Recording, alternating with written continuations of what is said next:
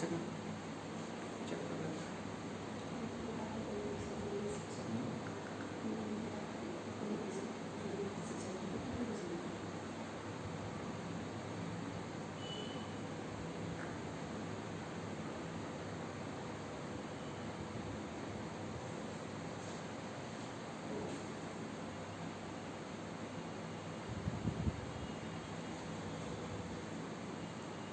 नमस्कार, the Bihar teachers history makers मेरा mobile मेरी शिक्षा के मंच पर आप लोगों का फिर से स्वागत है। साथियों, गुरु गोविंद दो खड़े काको लागू पाओ, बलिहारी गुरु आपने गोविंद दियो बता।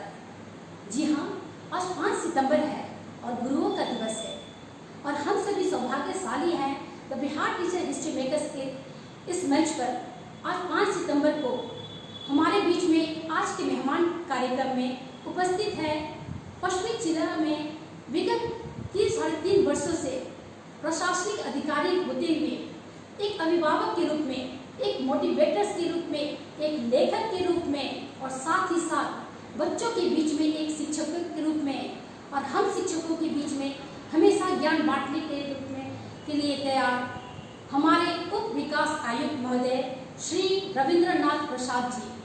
जी हाँ, मैं बात कर रही हूँ श्री रविंद्रनाथ प्रसाद, जो हमारे पश्चिमी चंपारण जिले को एक प्रशासनिक अधिकारी, एक कर्तव्यनिष्ठ और साथ ही साथ एक सफल अधिकारी, जिन्होंने विगत कई वर्षों से जिले को उस मुकाम पर ले जाने के लिए अपना पूरा ही योगदान दिया है।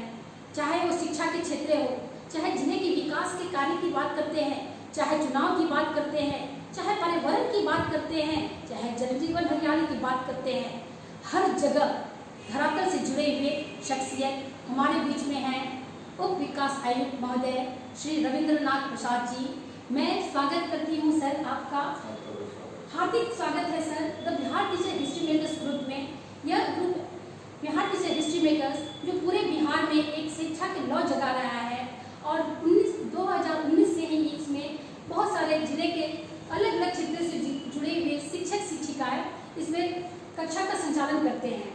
तो आज मेरे लिए सौभाग्य की बात है कि इस शिक्षक दिवस पर आप जैसे प्रेरणादायक व्यक्ति, जो मैं प्रशासनिक अधिकारी से हटके मैं बात करूं तो मैंने जिले में हमेशा एक शिक्षक के रूप में पाया है, क्योंकि बहुत सारे प्रशिक्षण में मैंने आपको प्रशिक्षक के रूप में, एक अभिभावक के रूप में मैंने आपको देखा है। तो मैं आज के मेहमान में आपका पूरे ग्रुप की तरफ से, बिहार के हर एक शिक्षकों की तरफ से आपका स्वागत करती हूँ सर। आज शिक्षक दिवस है और शिक्षक दिवस हम शिक्षकों को, राज्य के हर एक शिक्षकों, देश के हर एक शिक्षकों को समर्पित दिवस है। और इस शिक्षक दिवस के अवसर पर आज के मेहमान हैं आप द बिहार टीचर्स के, और आज के मेहमान में आज पूरा बिहार आपको सुन रहा है सर और देख रहा है। तो कुछ ऐसे सवाल है सर जो शिक्षा से जुड़े हुए हैं। इस समय में आपसे मैं कुछ प्रश्नोत्तर चाहूँगी सर और आपसे ज्ञान लेना चाहूँगी, क्योंकि आपके दिए हुए वचनों से निश्चित तौर पर बिहार के जितने भी शिक्षक आपको आज सुन रहे हैं वो लाभान्वित होंगे।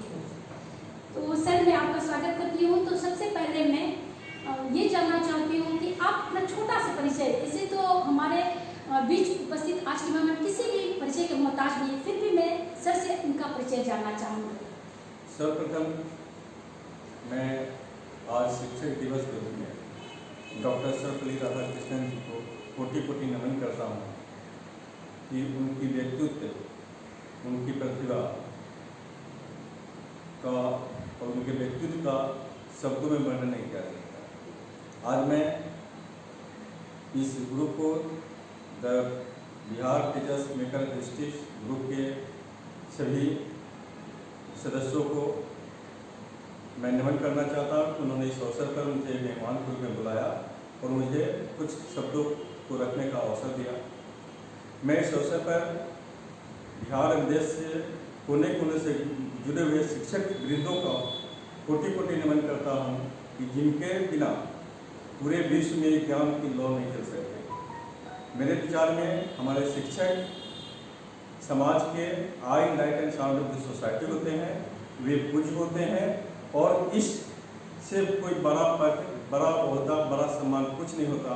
तो निश्चित से शिक्षक ही हमारे समाज के लिए प्रकाश है, आवाज़ है, दृष्टि है और सिर्फ समाज के लिए नहीं, पूरी दुनिया के लिए तो ऐसे विद्याजनों शिक्षकों को मैं पुनः हार्दिक अभिनंदन करता हूँ और कोटि कोटि नमन करता हूँ। निःशुल्क से मैं भी आपके बीच का एक साधारण का व्यक्ति हूँ और मेरा नाम जैसे मैम ने नीतू मैम ने बताया कि रविन्द्रनाथ प्रसाद से मैं अभी वर्तमान में उप विकास आयुक्त विद्या के पद पर विगत 3 वर्षों से कार्यरत हूँ।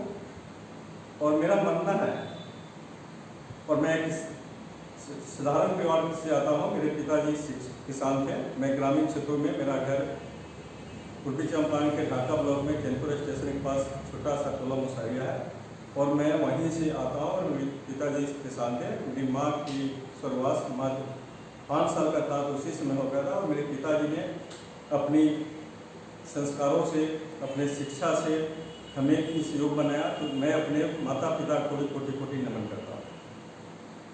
जी धन्यवाद सर। हम लोगों ने सर का परिचय जाना। एक साधारण परिवार के जन्म लेने के बाद एक असाधारण व्यक्ति बन जाना, वो परिचय है हमारे उप विकास आयुक्त महोदय का। सर मैं कुछ प्रश्न चाहूँगी। आज के शिक्षा दिवस के अवसर पर हमारे जो शिक्षक सुन रहे हैं, सर नई शिक्षा नीति लागू हो रहा है और नई शिक्षा नीति में बच्चों के एडमिशन की जब बात करते हैं तो ये कितना लाभप्रद होगा, और साथ ही साथ हम लोग ये जानना चाहेंगे नई शिक्षा नीति के बारे में थोड़ा बहुत जो हमारे शिक्षक अभी अनभिज्ञ है उन्हें भी आप थोड़ा सा ज्ञान दें। ये नई शिक्षा नीति बच्चों को कितना लाभान्वित करेगा? बिल्कुल, नई राष्ट्रीय शिक्षा नीति बहुत ही महत्वपूर्ण नीति है। इस नीति को मैंने कुछ पढ़ा, बहुत अभी तक पूरे रूप से मैं नहीं पढ़ पाया, लेकिन जितना मैंने पढ़ा है मुझे लगा कि नई राष्ट्रीय शिक्षा नीति को आज से 20-25 साल पहले लागू हो जाना चाहिए था। जो हमारे कंसेप्ट इस नई राष्ट्रीय शिक्षा नीति में आया है, निःशुल्क से हमारे बच्चों के लिए, हमारे समाज के लिए, हमारे शिक्षकों के लिए काफ़ी महत्वपूर्ण है।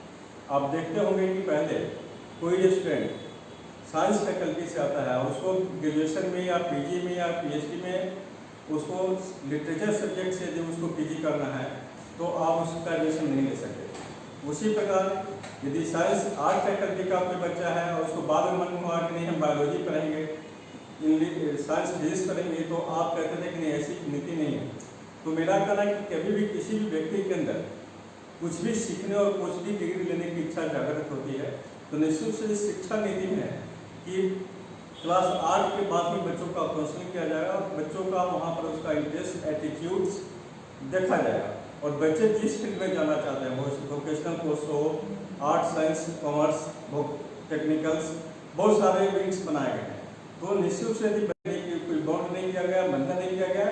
और हम सभी जानते हैं कि शिक्षा संस्कृत के 6 धातु में अप्रत्यय लगाने से बना होता है, जिसका अर्थ होता है सीखना, सिखाना, आगे बढ़ाना, उसके अंदर की प्रतिभा को जागृत करना, उसका प्रकटीकरण करना, उसको निखारना और हमेशा उसको नित नए आगे बढ़ने के लिए मार्गदर्शन देना। तो निःशुल्क से हम कभी भी अपने बच्चे के अभिरुचि को, बच्चे के अंदर की क्षमता को जागृत करके, उसको पहचान करके उस फील्ड में, उस क्षेत्र में उसको हम बेहतर करा सकते हैं।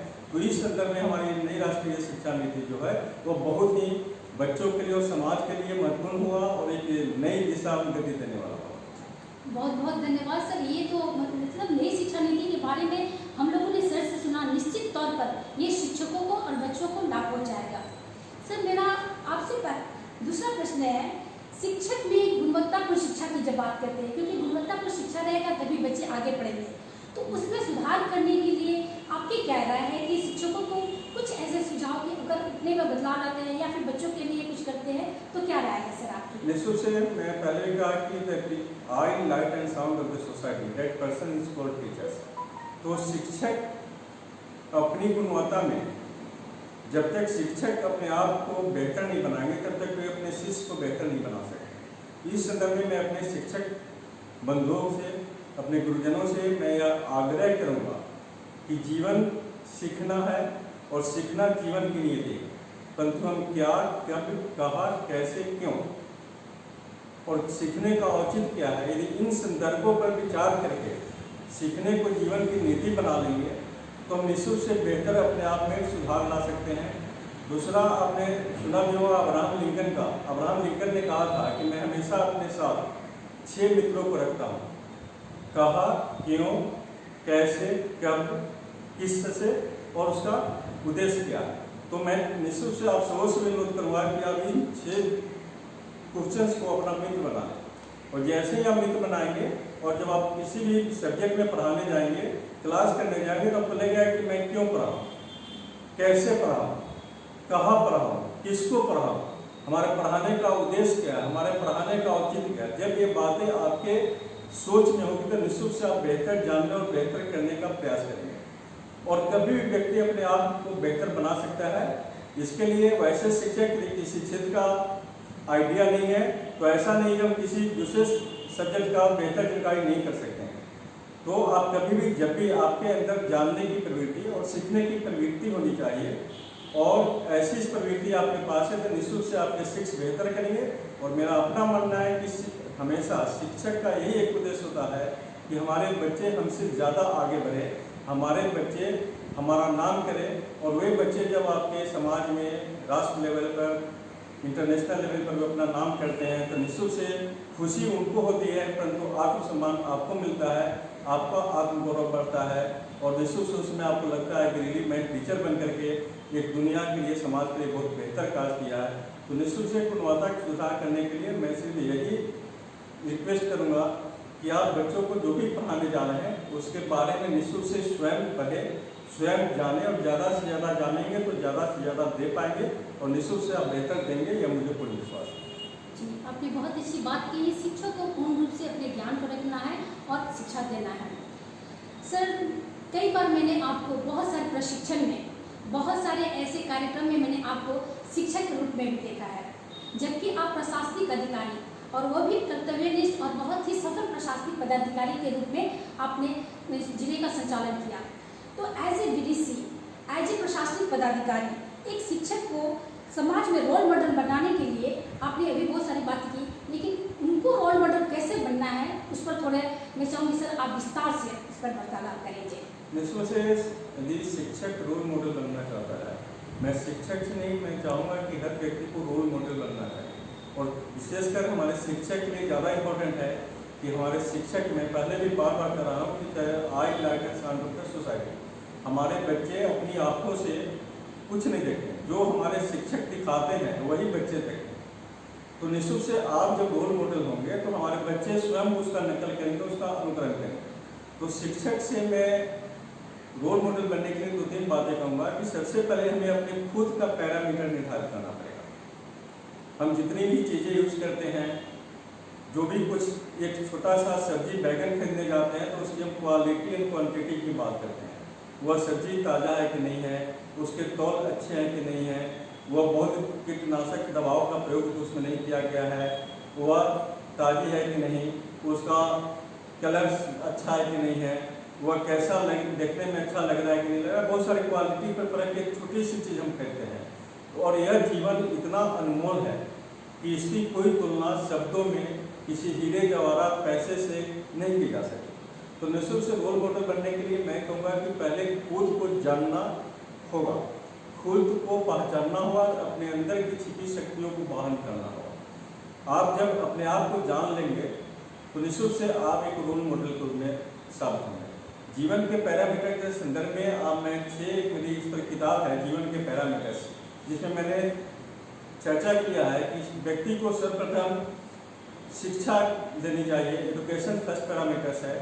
दूसरा है उसकी जीवन शैली, जीने का ढंग, रहने का ढंग, बोलने का ढंग, चलने का ढंग, हम कहाँ चले, कैसे चले, कब चले।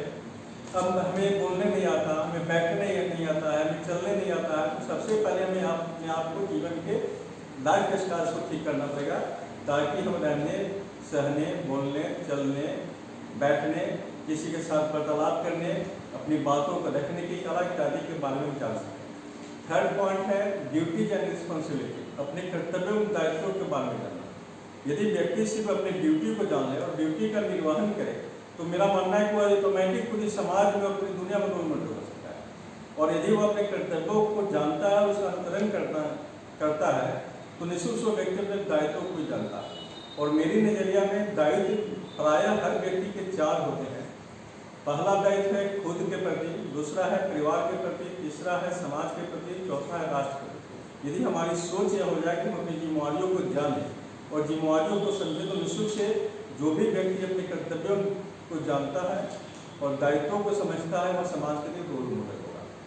मैंने पहले भी कहा कि एजुकेशन निःशुल्क से किसी भी क्षेत्र में बेहतर करने के लिए, किसी भी क्षेत्र में सफलता प्राप्ति करने के लिए, अपने बच्चों को बेहतर कराने के लिए, आपके नाम फेम को दुनिया के लेवल पर ले जाए, आपकी दी गई शिक्षा को, आवाज़ को दुनिया के मंच पर रख सके, इसके लिए एजुकेशन का होना जरूरी है। और आप ही एजुकेशन दुनिया को देते हैं, ज्ञान देते हैं, तो पहले आपको एजुकेशन के बारे में, उस सब्जेक्ट के बारे में जानना पड़ेगा। और निःशुल्क से आप बेहतर जानते हैं, आप विद्वान हैं, आपका नॉलेज एफिशिएंसी है, तो निःशुल्क से आप समाज के लिए रोल मॉडल हो। चौथा पॉइंट है values, work values, time values and life values. तो निःशुल्क से यदि हमें किसी भी व्यक्ति को अपने जीवन की मूल्य मालूम है, और आप जानते हैं कि जीवन प्रीशियस है, यह जीवन अनमोल है। जीवन अनमोल इसलिए है कि इसके अंदर सोचने समझने की शक्ति है, कुछ कर दिखाने की शक्ति है, निर्णय लेने की शक्ति है, असंभव को संभव में बदलने की शक्ति है। आप जो भी चाहते हैं वे सारी चीज़ें आपके अंदर है, इसलिए जीवन अनमोल है। हमें विचार करना पड़ेगा कि 84 लाख योनियों में मनुष्य को श्रेष्ठ प्राणी माना गया है। अन्य प्राणियों से यदि हम श्रेष्ठ हैं तो फिर कैसे? यदि इन सारी बातों पर हम मनन करेंगे तो निःशुल्क से हमें अपने इस जीवन की अनमोलता के बारे में पता चल जाएगा। और हम सभी जानते हैं कि इस दुनिया में जितने भी व्यक्ति सफलता की ऊंचाइयों को छुआ है, महान बने हैं, वे निःशुल्क से कर्म करके बने हैं, वे कर्म के बल पर महान बने हैं। और हर व्यक्ति के अंदर महान बनने की शक्ति होती है। कोई भी व्यक्ति महान बन सकता है, परंतु कर्मों को करके और कर्म का मूल समझ करके। तो कर्म का मूल समझना पड़ेगा, और कर्म के मूल समझने में मैं सिर्फ 4 स्टेप में बात करूँगा कि कर्म करना जीवन की नियति है, तो कर्म करना पड़ेगा और आजीवन कर्म करना पड़ता है। तो जैसे ही हम कर्म करेंगे तो उसका खूब फल मिलेगा। निःशुल्क से फल अल्पकालीन हो सकते हैं, दीर्घकालीन हो सकते हैं, लेकिन फल मिलना है, यह कर्म का विधान है। प्रिंसिपल ऑफ द वर्क है कि जो भी व्यक्ति कर्म करेगा उसका फल मिलेगा, परंतु फल कब मिलेगा, कैसे मिलेगा, कहाँ मिलेगा, यह आप उस पर आप अपना मन नहीं करें, वो आप छोड़ दें, इसलिए कि आपका काम, आपकी ड्यूटी कर्म करना है। और आपने गीता में पढ़ा भी होगा, भगवान श्री कृष्ण ने कहा है कि तुम्हारा काम कर्म करना है, फल की चिंता नहीं करो। तो जैसा आप कर्म करेंगे उसके अनुरूप फल मिलेंगे। जितनी अच्छी क्वालिटी का काम करेंगे, आपकी कार्य की गुणवत्ता जितनी बेहतर होगी, समय होगी, उतना बेहतर आपको फल मिलेंगे, मुझे पूर्ण विश्वास है। और यह विधि का विधान नहीं, कर्म का विधान है। थर्ड स्टेप होता है फल के बाद उसका इफेक्ट होता है। आप कुछ भी करेंगे तो उस कर्म का प्रभाव पड़ेगा। तो कर्म का प्रभाव पड़ेगा, तो निश्चित से कर्म का फल यदि आपका पॉजिटिव है तो प्रभाव भी पॉजिटिव होंगे। कर्म का फल नेगेटिव है तो निश्चित से प्रभाव भी नेगेटिव है। और फोर्थ स्टेप है कि जो भी प्रभाव आपके पड़ेंगे उसकी पैरामीटर्स होगी, उसकी परिधि होगी कि उसका प्रभाव कहाँ तक, कैसे पड़ता है, कब तक पड़ेगा। और जहाँ तक उसका प्रभाव पड़ेगा उस लेवल का वो व्यक्ति आदमी बन सकता है, उस लेवल का वो रोल मॉडल बन सकता है। एज फॉर एग्जाम्पल्स, अब मान लें कि इंटरमीडिएट साइंस फैकल्टी में यदि 5 लाख बच्चे परीक्षा में भाग लेते हैं तो कोई एक ही बच्चा उस बोर्ड का टॉपर होता है, नेशन का टॉपर होता है, कोई बच्चे रीजन का टॉपर होता है, कोई डिस्ट्रिक्ट का टॉपर होता है, कोई उस स्कूल का टॉपर होता है, कोई प्रथम श्रेणी से, कोई द्वितीय श्रेणी से, और कुछ अनुत्तीर्ण भी होते हैं। यही वर्क का रिजल्ट एंड इफेक्ट मैं आपको बताना चाहता हूँ कि जिस बच्चे ने इंटरमीडिएट में टॉप किया नेशनल लेवल पर, तो पूरी नेशन के लोग जानते हैं कि सीबीएसई बोर्ड में अमुक व्यक्ति ने अमुक जिला का, अमुक स्टेट का लड़का ने टॉप किया। उसी प्रकार जिला में टॉप करने वाले व्यक्ति को जिला के लोग जानते हैं, और स्कूल में टॉप करने वाले लोग को स्कूल के लोग जानते हैं, और उस स्कूल में पढ़ने वाले परिवार के लोग जानते हैं। तो आपने देखा कि एक ही एग्जाम, एक ही परीक्षा फल हुआ, एक ही लोगों को, बच्चों को, सबको समय दिया गया, पाठ्यक्रम भी सभी बच्चों के लिए समान ही दे, लेकिन कोई बच्चा अपना नाम स्टेट लेवल पर करता है, कोई नेशनल लेवल पर करता है, कोई डिस्ट्रिक्ट लेवल पर करता है, कोई स्कूल लेवल पर करता है। तो वही व्यक्ति, वही बच्चे वही एग्जाम दे करके राष्ट्रीय लेवल का, राज्य स्तर का, जिला स्तर का, और समाज के स्तर पर या अपने गाँव के स्तर का आदमी बन जाता है। तो इस प्रकार हमारे शिक्षक इस व्यू को रखते हुए भी समाज के लिए, बच्चों के लिए, पूरी दुनिया के लिए रोल मॉडल बन सकते हैं। 5वें पॉइंट में कहूँगा कि एक्स्ट्रा करिकुलर्स निःशुल्क से हर व्यक्ति के जीवन में होना चाहिए, ताकि आप किसी भी कार्य को करते करते बहुत थक जाते हैं, मेंटल प्रेशर होता है, माइंड आपको लगता है कि हम एक ही काम कर रहे हैं, बोर हो गए, तो निश्चित से यदि आपके अंदर एक्स्ट्रा कोई एक्टिविटी है, वह एक्टिविटी प्ले क्षेत्र का हो सकता है, नृत्य का हो सकता है, संगीत का हो सकता है, एनी टाइप का जो भी प्राणायाम हो, योगा हो, संगीत कला हो, नृत्य कला हो, तो आप किसी न किसी कला उस बच्चे में और अपने आप के अंदर कोई ना कोई एक कला को जागृत करें, तो निश्चित से आप एक रोल मॉडल साबित होंगे। आपके बच्चे और हमारे आपकी सोसाइटी कहेंगे कि हमारे टीचर सिर्फ विषय के ही विद्वान नहीं है, वे अमुक कला के क्षेत्र के भी विद्वान हैं। और लाइफ जिंदगी एक कला है, और जिंदगी कला पर मैंने एक पुस्तक भी लिखा था, तो निश्चित से आदमी को अपने अंदर की कला को जगाना पड़ेगा। तो मेरा मानना है, और छठा एक इम्पॉर्टेंट पॉइंट है अनुशासन। पंक्चुअलिटी बहुत ही इम्पोर्टेंट है। यदि आप कार्य को समय नहीं देंगे, समय का प्रबंधन नहीं करेंगे, समय के हर पल का सदुपयोग नहीं करेंगे, तो फिर आप बेहतर नहीं कर सकते। और ये सारी चीज़ें आपके अंदर यदि अनुशासन है, आप अनुशासन का अर्थ समझते हैं, अनुशासन का महत्व समझते हैं और खुद अनुशासन का अनुपालन करते हैं, तो निश्चित से आप सिर्फ अपने बच्चों के लिए नहीं, पूरे समाज के लिए रोल मॉडल होंगे। अभी हम लोग सुन रहे थे कि एक शिक्षक ही नहीं, लेकिन दुनिया के कोई भी व्यक्ति किसी के लिए रोल मॉडल कैसे हो, बहुत विस्तार से सर आपने हम लोगों को बताया। तो निश्चित तौर पर मुझे यकीन है कि आज फेसबुक लाइव पे आपको जितने भी शिक्षक, जितने भी छात्र सुन रहे हैं, तो रोल मॉडल बनने के लिए आपके द्वारा सुझाए गए सुझाव को निश्चित रूप से वो अपनाएंगे। सर, हम लोग देख रहे हैं विगत 2 साल से कोरोना काल में कोविड-19 के कारण इस वैश्विक महामारी में पूरा दुनिया थम सी गई है। इस दौरान न ही सिर्फ कार्य बल्कि शैक्षिक गतिविधि भी रुक गई थी, और एक समय ऐसा आया कि बच्चों को विद्यालय से काफ़ी दूरी हो गई थी, जो वर्तमान में उसको बांटने का कार्य शुरू हुआ है, लेकिन वो भी अभी सफल नहीं है।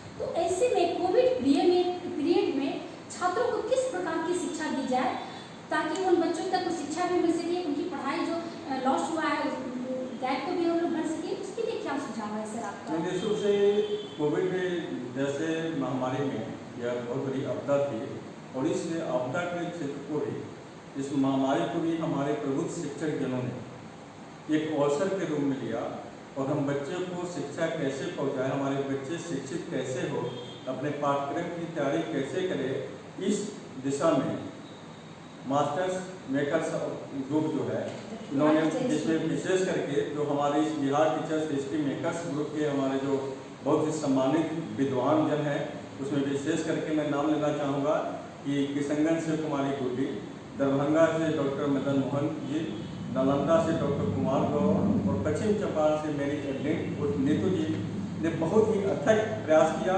दिन रात कड़ी मेहनत की, और अपनी कड़ी मेहनत जज्बा के बल पर हमारे उन बच्चों को जो कोविड-19 महामारी के चलते स्कूलों में नहीं आ पाते थे, कॉलेज में नहीं जा पाते थे, उनके उन्होंने व्हाट्सएप माध्यम से, सोशल मीडिया के माध्यम से, फेसबुक के माध्यम से, ट्विटर ग्रुप के माध्यम से, बहुत सारे माध्यमों से उन्होंने सोशल मीडिया का यूज किया और उन बच्चों तक शिक्षा की लौ, ज्ञान की लौ प्रज्वलित करने का कार्य किया। तो निश्चित से इस बिहार टीचर्स मेकर ग्रुप के इन सम्मानित प्रबुद्धजनों को मैं दिल से आभार प्रकट करता हूं, और मैं कोटि कोटि नमन करता हूं, और इस ग्रुप के उज्जवल भविष्य की कामना करता हूं कि अपनी जज्बा को बनाए रखें, और इसी जज्बा के साथ हमारे समाज को ज्ञान की रोशनी देते रहें, उनके अंदर के अंधेरा को दूर कर प्रकाश फैलाते रहें। तो निश्चित से यह हमारे समाज के लिए बहुत ही बेहतर होगा और बहुत ही सराहनीय प्रयास है।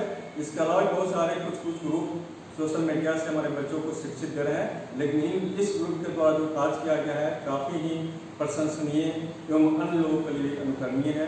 इसलिए मैं पुनः इस ग्रुप के सदस्यों को, इससे जुड़े हुए शिक्षक जनों को मैं पुनः उनके उज्जवल भविष्य की शुभकामनाएं देता हूं, और पूर्ण विश्वास है कि यह ग्रुप और अपने जीवन में बच्चों को उज्जवल भविष्य के लिए, समाज को नई दिशा, नई गति देने के लिए, समाज में रोशनी फैलाने के लिए बेहतर काम करें।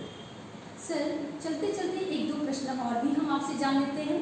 हम सभी देखते हैं कि सरकार के द्वारा शिक्षकों को ये सेवाकालीन उनके ट्रेनिंग के पीरियड के बाद से जब वो जॉब में आते हैं तो बहुत प्रकार के प्रशिक्षण दिया जाता है, ताकि उनके जो प्रशिक्षण के एक प्रकार से धूल जम गई है तो उसको बोलते हैं हम लोग, तो झाड़ के फिर से उसको नवीनीकरण करके उन्हें एक प्रकार से गति देते हैं। तो तो इस प्रकार के सरकार के द्वारा लगातार शिक्षकों के लिए बहुत सारे प्रशिक्षण की योजनाएं भी तैयार की जाती है। आप उन प्रशिक्षण में गुणवत्ता लाने के लिए क्या सुझाव देंगे ताकि उस प्रशिक्षण को पाके शिक्षक जब तक कक्षा में जाते हैं तो बच्चों से रूबरू कैसे होते हैं, क्या सुझाव होगा सर आपका? निश्चित रूप से सरकार के द्वारा समय समय पर बहुत सारे प्रशिक्षण कार्यक्रम चलाए जाते हैं और विशेषकर प्रशिक्षण निश्चित से होना चाहिए। प्रशिक्षण जो है वह रिफ्रेशर कोर्स है। आपके अंदर किसी भी व्यक्ति के अंदर हर चीज़ें उसके अंदर निहित होता है। आपको मालूम है कि न्यूटन ने ग्रेविटेशनल लॉ का खोज किया तो ऐसा नहीं था कि फल सेव का फल न्यूटन के टाइम में ही गिरना शुरू किया। वह पहले से ही जो भी फल लगते हैं वे नीचे गिरते हैं और ग्रेविटेशनल फोर्स भी वो पहले से काम कर रहा था, लेकिन न्यूटन ने अपनी सोच को बदला। उसको लगा कि ये फल नीचे क्यों गिरा, फल या ऊपर क्यों नहीं गया, तो उसने ग्रेविटेशनल लॉ खोज निकाला। उसी प्रकार प्रशिक्षण का काम है कि हम उसके अंदर के ज्ञान को बाहर निकालें, उनको रिफ्रेश करें कि आप कैसे अपने बच्चों को बेहतर शिक्षा दे सकते हैं। तो निश्चित रूप से प्रशिक्षण मेरा विचार है कि हर 2 माह 3 बार पर होते रहना चाहिए। 15 दिनों के बाद ही मात्र शॉर्ट पीरियड का। और प्रशिक्षण देना इसलिए भी जरूरी है कि आज दुनिया साइंस एंड टेक्नोलॉजी के क्षेत्र में डे टू डे नई नई खोज आविष्कार कर रहा है, वह किसी भी फील्ड को नहीं। तो निश्चित से भी नई नई खोज आविष्कार कर रहा है तो हम अपने शिक्षकों को प्रशिक्षण के माध्यम से नहीं बताएंगे तो वे हमारे बच्चों को नहीं बता पाएंगे और बच्चे हमारे आधुनिक जानकारी से अपडेट नहीं रह पाएंगे। इसलिए प्रशिक्षण की जरूरी है। प्रशिक्षण इसलिए जरूरी है कि एक इंटरटेनमेंट भी होता है और एक नई परिवेश मिलता है। जब हमारे शिक्षक स्कूल में जिस स्कूल में पढ़ाने जाते हैं तो उसी स्कूल में पढ़ाते उनका परिवेश से वो बिल्कुल मालूम होता है कि हाँ क्या करना है, लेकिन नई जगह पर वे जाते हैं, नए सेशन में जाते हैं तो उन्हें नए टीचर से भेंट होती है, नया परिवेश मिलता है। तो हमें सीखने के लिए सोच, संगत, परिवेश और परिस्थिति बहुत इम्पोर्टेंट होता है। तो परिवेश बेहतर पाने के लिए भी, नई जानकारियों को प्राप्त करने के लिए, अपने आप को अपडेट करने के लिए भी, इन सारी चीज़ों के लिए प्रशिक्षण की बहुत ज़रूरी है। और प्रशिक्षण मैं चाहूँगा कि सिर्फ सरकार द्वारा ही नहीं, हमारे जो भी विद्वान जन हैं वह किसी भी फील्ड में क्यों नहीं काम कर रहे हो, यदि उनकी अभिरुचि है तो वैसे लोगों से मैं अनुरोध करूँगा कि अपने ज्ञान की दीप जलाने के लिए जब भी उन्हें मौका मिले, छोटा मोटा मीटिंग भी ले रहे होंगे, कहीं कुछ कर रहे हो तो वहाँ भी यदि 10 लोग उन्होंने अद्यतन जानकारी दे दी तो भी प्रशिक्षण का पार्ट है। तो मैं अन्य विद्वान जनों से भी, अन्य क्षेत्र में काम करने वाले पदाधिकारियों से भी, कर्मचारियों से अनुरोध करूँगा कि वे अपने नॉलेज को दूसरे के साथ शेयर करें और जितना आप शेयर करेंगे, इंटरेक्शन करेंगे, एक दूसरे का ज्ञान बढ़ेगा और सीखना और सिखाना ही शिक्षा का अर्थ और उद्देश्य है। तो निश्चित से इस प्रकार से हम प्रशिक्षण के दे करके लोग और समाज का भविष्य सुधार सकते। बिल्कुल, सीखना और सिखाना बिल्कुल ज़रूरी है, क्योंकि अगर हम कुछ सीखते हैं तो हमारे पास मनोबल बढ़ेगा और हम सिखाएंगे। सर, मैंने आपको जिले में विगत 3-3.5 वर्षों से बहुत सारे रूप में देखा है। कई बार मैं कभी आपके चैम्बर में गई या कभी मैं मीटिंग में मैंने आपको देखा है कि जिस दौरान आप मीटिंग ले रहे होते हैं या कुछ और भी काम कर रहे होते हैं, प्रशासनिक काम, उस समय भी बहुत सारे आम जनता अपनी समस्याओं को लेकर आपके पास पहुँचते हैं। ऐसा मुझे लगता है कि बिहार या भारत के हर एक प्रशासनिक अधिकारी के साथ ऐसा होता भी है। इसके साथ ही साथ मैंने आपको एक अलग रूप में भी देखा है सर, जब आप विद्यालय में कभी भी जाते हैं या फिर कभी भी शिक्षकों के बीच जाते हैं तो उस समय आपका कहीं से भी प्रशासनिक रोल नहीं देखा है मैंने। आप उस समय कई बार छोटे बच्चों के बीच में उनके गार्जियन के रूप में, कभी बड़े के बीच में जब जाते हैं तो शिक्षक के रूप में जाते हैं और इतनी ज्ञान लेके आप जाते हैं जिसे वस्तु से आप जानकारी लेते हैं। इसके अतिरिक्त सर, आप बहुत सारे बुक्स के लेखक हैं, जैसे कि अभी आप देख रहे होंगे मेरे हाथ में सर के लिखे हुए बहुत सारे किताब है, जीवन एक दर्पण। इसके अतिरिक्त आप भी सफल हो सकते हैं। इसके अतिरिक्त दूसरों पर दोषारोपण नहीं करें, साथ ही साथ सोच को बदले। और मैं यहाँ पर आपको जो बुक दिखाई, आप भी सफल हो सकते हैं, जो हिंदी और इंग्लिश दोनों में ही है। तो इस तरह से सर, अभी तो मैं एग्जाम्पल के रूप में सिर्फ 3 बुक में दिखा रही हूँ, जबकि 10 से भी ज़्यादा किताब सर ने लिखा है। और मैं पहले भी कही हूँ कि सर कर्तव्य में सफल प्रशासनिक अधिकारी हैं, जिन्होंने बहुत सारे पद को सुसज्जित करते हुए आज वर्तमान में पश्चिमी चंपारण के कर्मों को पूरा करते हुए अपनी पूरे कार्यकाल को पूरा करते हुए अभी दूसरे जिले में मधेपुरा में जा रहे हैं एक अधिकारी के रूप में। तो मैं जानना चाहूँगी कि सर आप इतना समय कैसे निकाल पाते हैं कि आप अपने जितना भी सरकार की योजना होता है उसको धरातल पर लाते हैं, इसके अतिरिक्त जितने भी लोगों की समस्या होता है उसको सुनते हैं, इसके बावजूद कई प्रकार के प्रशिक्षण में आप गाहे बगाए हम जैसे लोग आपको बुला लेते हैं कि सर कृपया आप मोटिवेट करने के लिए चले आए, क्योंकि आपको सदैव हम लोगों ने एक मोटिवेटर्स के रूप में देखा है। और मुझे ये कहते काफ़ी गर्व होता है कि जिले के तमाम ऐसे स्कूलों में जहाँ जब कभी जरूरत हुई तो मैंने सर से रिक्वेस्ट किया, सर ने कभी मना नहीं किया और समय निकाल कर वहाँ पर शिक्षकों को मोटिवेट करने के लिए पहुँचे। तो मैं जानना चाहूँगी सर, आप एक प्रेरक हैं, आप एक प्रशासनिक अधिकारी हैं, आप एक लेखक हैं, इसके अतिरिक्त आपका अपना व्यक्तिगत भी एक अपना व्यक्तित्व है, तो आपको इस सब कार्य करने के लिए इतनी ऊर्जा कहाँ से मिलती है सर, और आपके प्रेरणा स्रोत कौन है सर? विश्व से मेरे प्रेरणा स्रोत तो मैं पहले भी कहा कि मेरे आदर्श, मेरे पूज्य, मेरी प्रेरणा मेरे पिता श्री रहे हैं, क्योंकि मेरी माँ तो बचपन में ही देवासन होती थी, स्वर्गवास हो गई थी, तो मेरे पिता श्री मेरे लिए आइडल हैं। और जहाँ तक एक प्रशासक के रूप की बात हो, एक साहित्यकार के रूप की बात हो, एक मोटिवेटर्स के रूप में की बात हो, एक पेरेंटल जिम्मेवारी के रूप में हो, तो मैं पहले भी कहा कि आप सिर्फ जिन मूल्य को, जीवन मूल्य, कर्म मूल्य, समय मूल्य, time management is the best management for any things. आप अपने माइंड का मैनेजमेंट करें, टाइम का मैनेजमेंट करें और वर्क का मैनेजमेंट करें। यदि हम मैनेजमेंट की बात करते हैं तो हमें वहाँ भी 3 मैनेजमेंट करने होते हैं, life management, mind management and time management.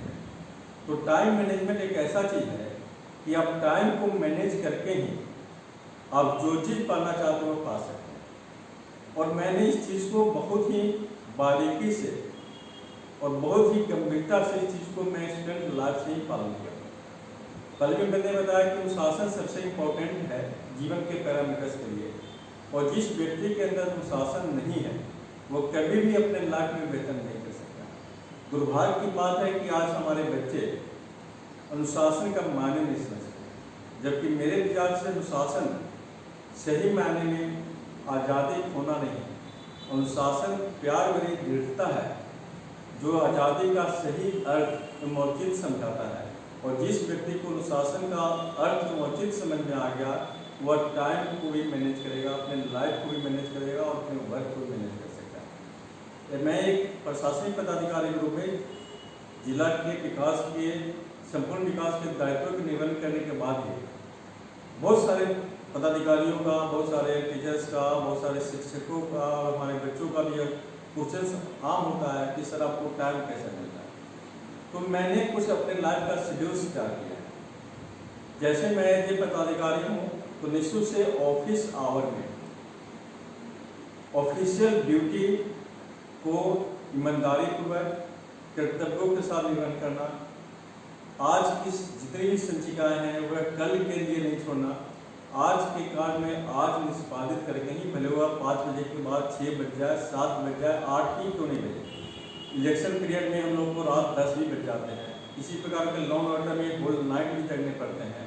तो बहुत सारी ऐसी परिस्थितियाँ आती है कि जहाँ पर हमें होल नाइट और होल डे भी काम करने पड़ते हैं। तो निश्चित से उस दिन थोड़ा सा मुझे अफसोस होता है कि मैं अपने अन्य कार्यों पर आज समय नहीं निकाल पाया, तो हमें चिंता होती है। फिर भी चूँकि मेरा फर्स्ट ड्यूटी है जनता की सेवा करना, सरकार के आदेशों का अनुपालन करना, उनके नियमों का अनुपालन कराना, तो मैं उसको फर्स्ट प्रायोरिटी देता हूँ। और मैं पहले भी कहा कि जीवन के पैरामीटर्स में कर्तव्य उन दायित्वों को जानना बहुत ही इम्पोर्टेंट है। दूसरी इम्पोर्टेंट बात है कि मैं अपने डिसीजंस पर कोई भी पदाधिकारी, कर्मी या किसी पब्लिक को भी माना करता हूँ कि भाई आप कोई भी काम हो तो आप ऑफिस आवर में आए, क्योंकि रेसिडेंस पर मेरा भी अपना लाइफ वर्क है, अपनी भी जिंदगी जीनी है, और उसकी टाइम में हम अपने आप को समय निकाल करके साहित्य के क्षेत्रों में जो आज आप सबों के आशीर्वाद से, आप सबों के कृपा से मैंने 12 से ज़्यादा किताबें लिखी हैं, और विशेषकर अलग अलग संदर्भ पर बच्चों के लिए निःशुल्क से 2 किताबें जो है बहुत ही इम्पोर्टेंट है। आप भी सफल हो सकते हैं और सफलता के 5 सुख। तो बाद में बच्चों ने कहा कि नहीं सर हिंदी मीडियम में है, इसको इंग्लिश मीडियम में दिया जाए, तो उसको इंग्लिश मीडियम में भी मैंने उसको पब्लिश कराया है। तो हिंदी और इंग्लिश मीडियम में आप भी सफल हो सकते हैं। उसी प्रकार जीवन के बारे में मेरी बहुत ही इंपॉर्टेंट बुक है जीवन एक अवसर। तो प्राय लोग आप सुनेंगे कि वह कहते हैं कि हमारे जीवन में अवसर नहीं मिला, मेरे पास संसाधन की कमी थी, मेरी पहुंच ऊंची नहीं थी, मेरे पढ़ाने के लिए मेरे पिताजी ने ध्यान नहीं दिया। बहुत सारी बातें जब हम असफल होते हैं तो बहुत सारे बहाने बनाते हैं, जबकि असफलता के हजारों लाखों कारण हो सकते हैं, परंतु बहाने एक भी नहीं हो सकते। यदि आप बहानेबाजी करेंगे, दोषारोपण करेंगे, तो निश्चित से आप समस्या को आमंत्रित करते हैं। तो मैं अनुरोध जरूर करूँगा सारे लोगों से जो भी जुड़े हुए हैं कि आप अपनी लाइफ में बहानेबाजी करने की प्रवृत्ति को आप बंद करें, दूसरों पर दोषारोपण करने की प्रवृत्ति को बंद करें। दोषारोपण करने से आप सिर्फ होते पाते कुछ भी नहीं, इसलिए मैंने एक किताब इसको लिखा है, दूसरों पर दोषारोपण न करें। माइंड मैनेजमेंट की जो मैंने बात किया, देखेंगे कि प्राय व्यक्ति नेगेटिव सोच से ग्रसित है। आप कोई भी चीज़ अच्छा उससे बताने जाए तो पहले वो नेगेटिव व्यू में लेता है, उसको लगता है कि आदमी मुझे क्यों बता रहा है, इतनी अच्छी बात है तो उसको स्वयं पहले सीखना चाहिए, अपने लोगों को बताना चाहिए। तो व्यक्ति पॉजिटिव नहीं लेकर के नेगेटिव लेता है। इसलिए मैं लोगों से कहता हूँ सिर्फ अपने लाइफ में 2 शब्द को जीवन में उतारिए, be positive and do creative. सकारात्मक से सकारात्मक सकारात्मक सकारात्मक और सकारात्मक सोच का कोई विकल्प नहीं। सकारात्मक सोच आप देखें तो आपके अंदर एक अतिरिक्त ऊर्जा, उमंग, उत्साह, संचार पैदा होता है। जैसे नीतू मैम ने कही कि सर आपको ऊर्जा कैसे मिलता है? ऊर्जा हमें पॉजिटिव सोच से मिलता है, हमें पॉजिटिव कार्यों को करने से मिलता है। जैसे ही आप पॉजिटिव कार्य करेंगे, पॉजिटिव सोच रखेंगे, तो आपके अंदर पॉजिटिव एनर्जी बनेगा, आपके आसपास परिवेश में पॉजिटिव माहौल बनेंगे। आप जानते हैं कि शब्द एक बहुत बड़ी शक्ति होती है, और जो भी शब्द आपके अंदर में होंगे, जो भी शब्द बाहर निकलेंगे, उस शब्द की पेरिफेरी से वो पॉजिटिव माहौल बन जाता है। और पॉजिटिव माहौल जब बनेंगे तो आपके अंदर पॉजिटिव एनर्जी होगा, आपके कमरे में आपके आसपास भी पॉजिटिव माहौल होगा, तो निश्चित से वह माहौल, वह एनर्जी आपको बेहतर करने की सोच पैदा करता है। तो जीवन के बारे में ही, जीवन एक अवसर, जिंदगी एक कला, जीवन को बेहतर कैसे बनाएं, जीवन अनमोल है।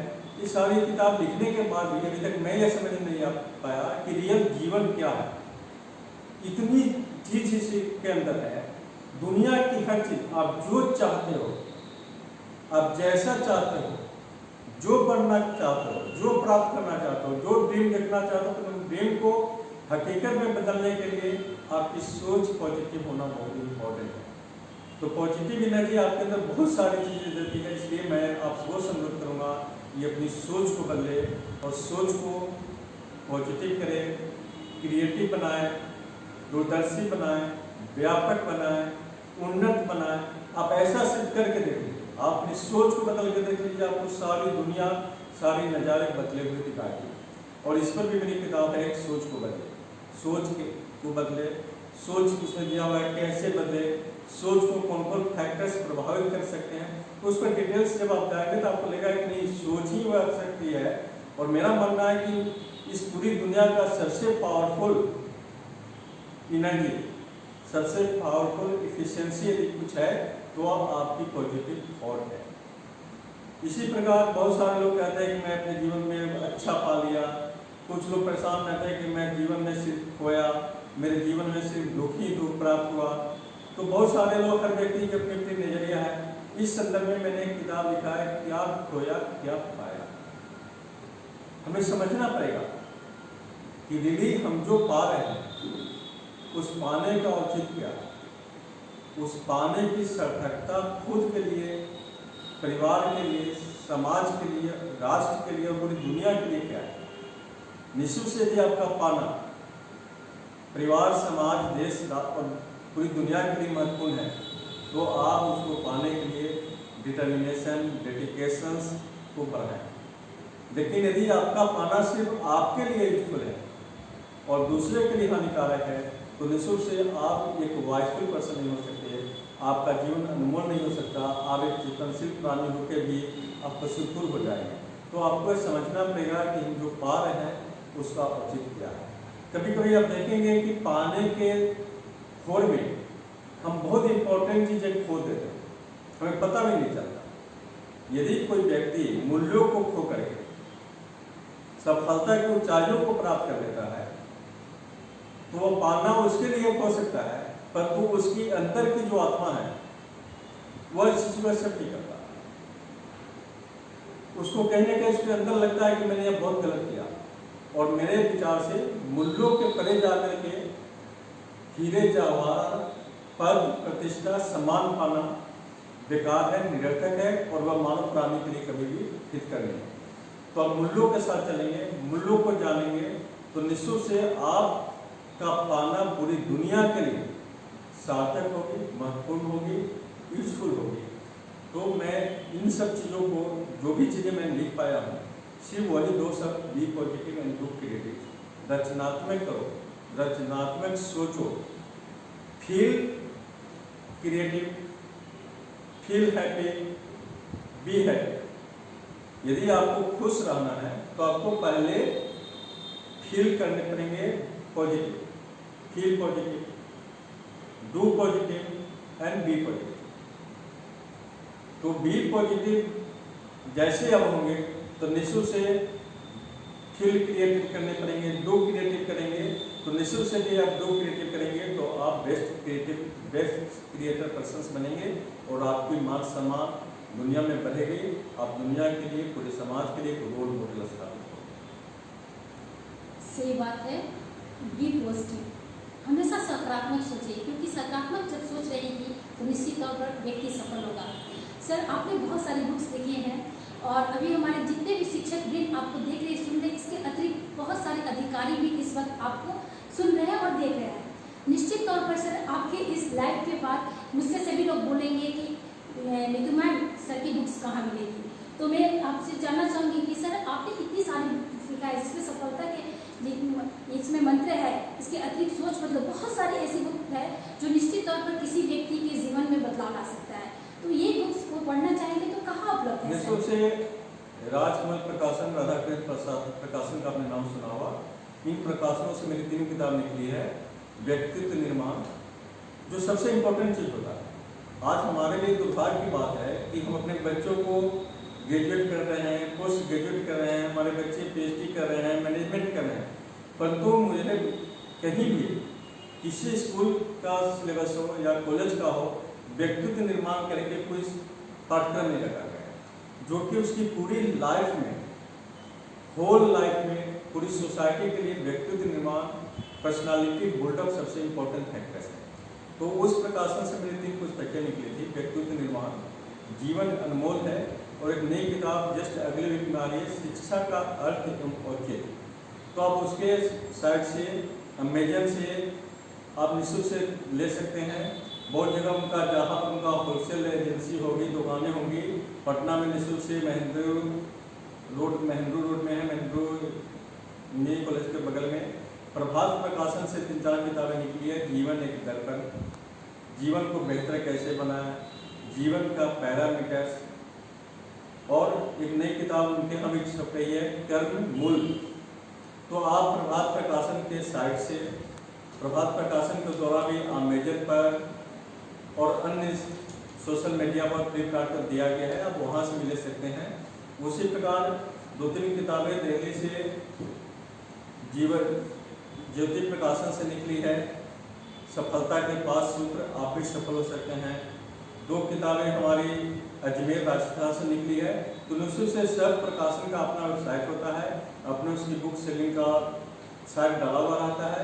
और पटना में मुझे लगता है कि राजकमल का, प्रभात प्रकाशन का, इस प्रकाशक की वहाँ पर उनकी दुकानें हैं, उनके ऑफिसेज हैं, आप वहाँ पर संपर्क करके उन किताबों को ले सकते हैं। धन्यवाद। मैं तो अभी लाइव में हूँ, तो मैं सिर्फ इतना ही दिखा पा रही हूँ। मैंने सर की बहुत सारी किताबों को पढ़ भी रखा है। सबसे पहले सोच बदले वाला मैंने किताब को पढ़ा था, सर मुझे गिफ्ट किए थे। तो मुझे लगता है कि इस तरीके की किताब अगर हम पढ़ते हैं तो हम शिक्षकों के जीवन में बहुत परिवर्तन हो सकता है, और साथ ही साथ बच्चों को सिखा सकते हैं। इतनी सारी बुक्स मेरे हाथ में भी है, तो आप लोगों को भी जब कभी ज़रूरत पड़ता है तो कोई जानकारी देने के लिए मैंने सर से रिक्वेस्ट किया कि सर सुनेंगे तो आप बताएं। तो अंत में सर चलते चलते आज 5 सितंबर को शिक्षक दिवस के अवसर पर डॉक्टर सर्वपल्ली राधाकृष्णन जी को मैं नमन करती हूँ कि इस अवसर पर आप जैसे व्यक्तित्व को मैंने अपने the Bihar teacher history makers मंच पर आपकी बातों को साझा किया, तो लाभान्वित होंगे हमारे छात्रगण, लाभान्वित होंगे हमारे शिक्षक, मैं निश्चित तौर पर जान रही हूँ। Sir the Bihar teacher history makers मेरा मोबाइल मेरी शिक्षा की लौ जगा रहा है और बिहार के कोने कोने से विशेष विशेषज्ञ यानी कि अलग अलग विषय से, कोई मैथ के हैं तो कोई +2 के टीचर है तो कोई प्राइमरी के टीचर है, वे शिक्षा दे रहे कक्षा 1 से 12 तक के टोटल विषय को पढ़ाते हैं सर। और निःशुल्क उन्होंने निस्वार्थ भाव से इस पूरे कोरोना काल में कैचअप कोर्स के माध्यम से उन्होंने 10th और 12th के बच्चों की तैयारी करा के मैट्रिक का एग्जाम दिलवाया और 12वीं का इंटर का एग्जाम दिलवाया। ये बहुत बड़ी एक प्रकार से शिक्षकों का देन है सर। तो मैं चाहूँगी तो बिहार टीचर हिस्ट्री मेकर्स शिक्षकों के मनोबल को बढ़ाते हुए आपका संदेश सर। विशेष से मैं the Bihar history makers group के सभी सम्मानित सदस्यों, बिहार के कोने कोने से जुड़े हुए जो भी हमारे प्रबुद्ध शिक्षक जन हैं, उन सबों से मैं सिर्फ एक ही अपील करूँगा कि ज्ञान का दीप जलाना, इससे बेहतर काज कुछ नहीं हो सकता। आप इस दीप को जलाते रहें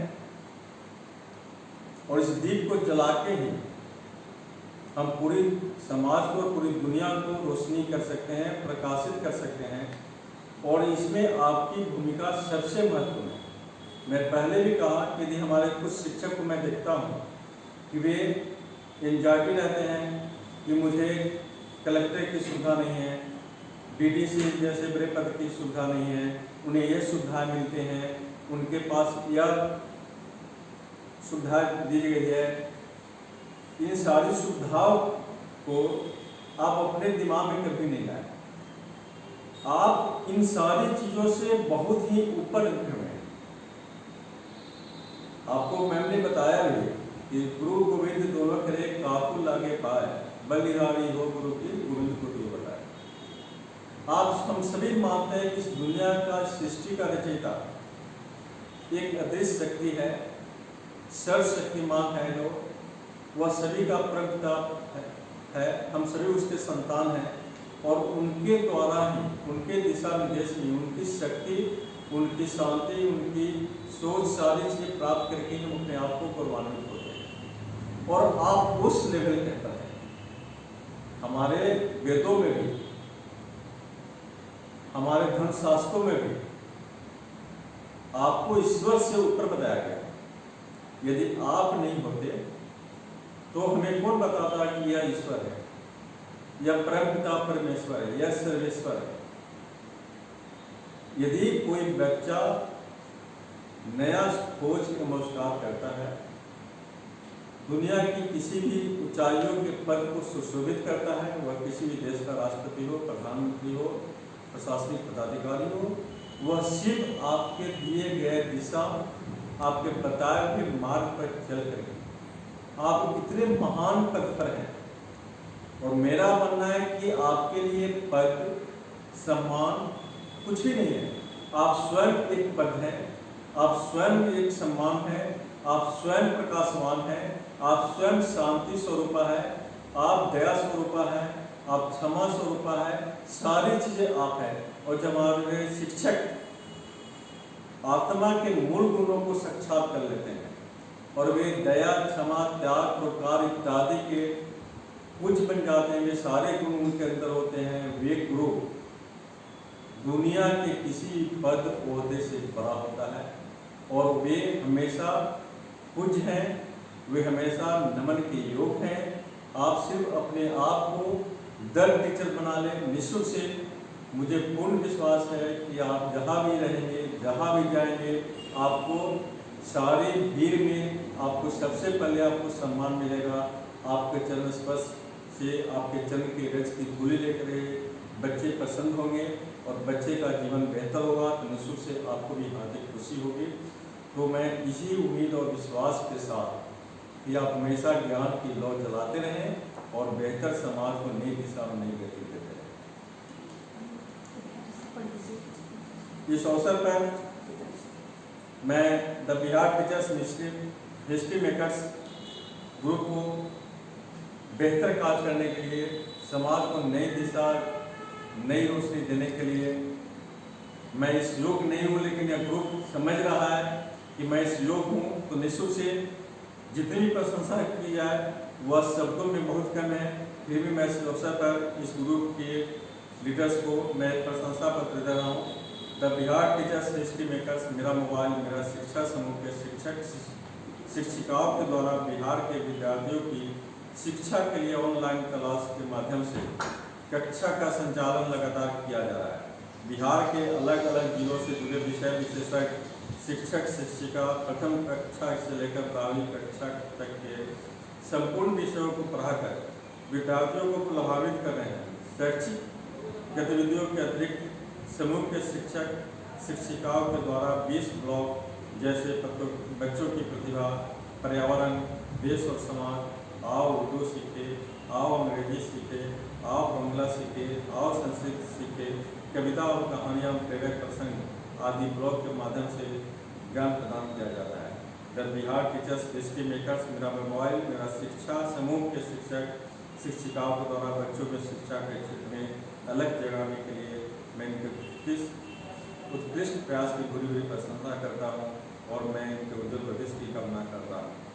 आपने देखा कि जो हमारी नई राष्ट्रीय शिक्षा नीति में बड़े ही अपने भाषा को प्रायोरिटी दी गई है और इन विभिन्न भाषाओं की भी जानकारी यह ग्रुप दे रहा है। निश्चित से यह ग्रुप बहुत ही प्रशंसनीय और अनुकरणीय कार्य कर रही है, तो मैं इस अवसर पर प्रशस्ति पर समर्पित कर रहा हूँ।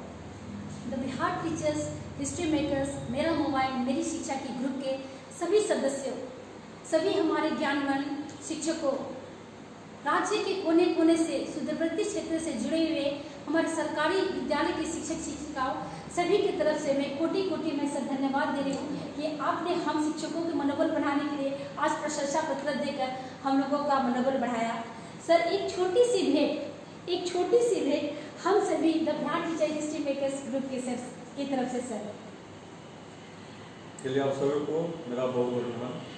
सर आज आप हमारे बीच में आए इसके लिए बहुत बहुत धन्यवाद और मैं यकीन करती हूँ कि आप यहाँ से जाने के बाद राज्य के किसी भी कोने में जाएंगे तो निश्चित तौर पर शिक्षा की लौ जलाएंगे और मैं चाहूँगी सर और मैं निश्चित तौर से मुझे पूरा यकीन है आप मधेपुरा जा रहे हैं सर।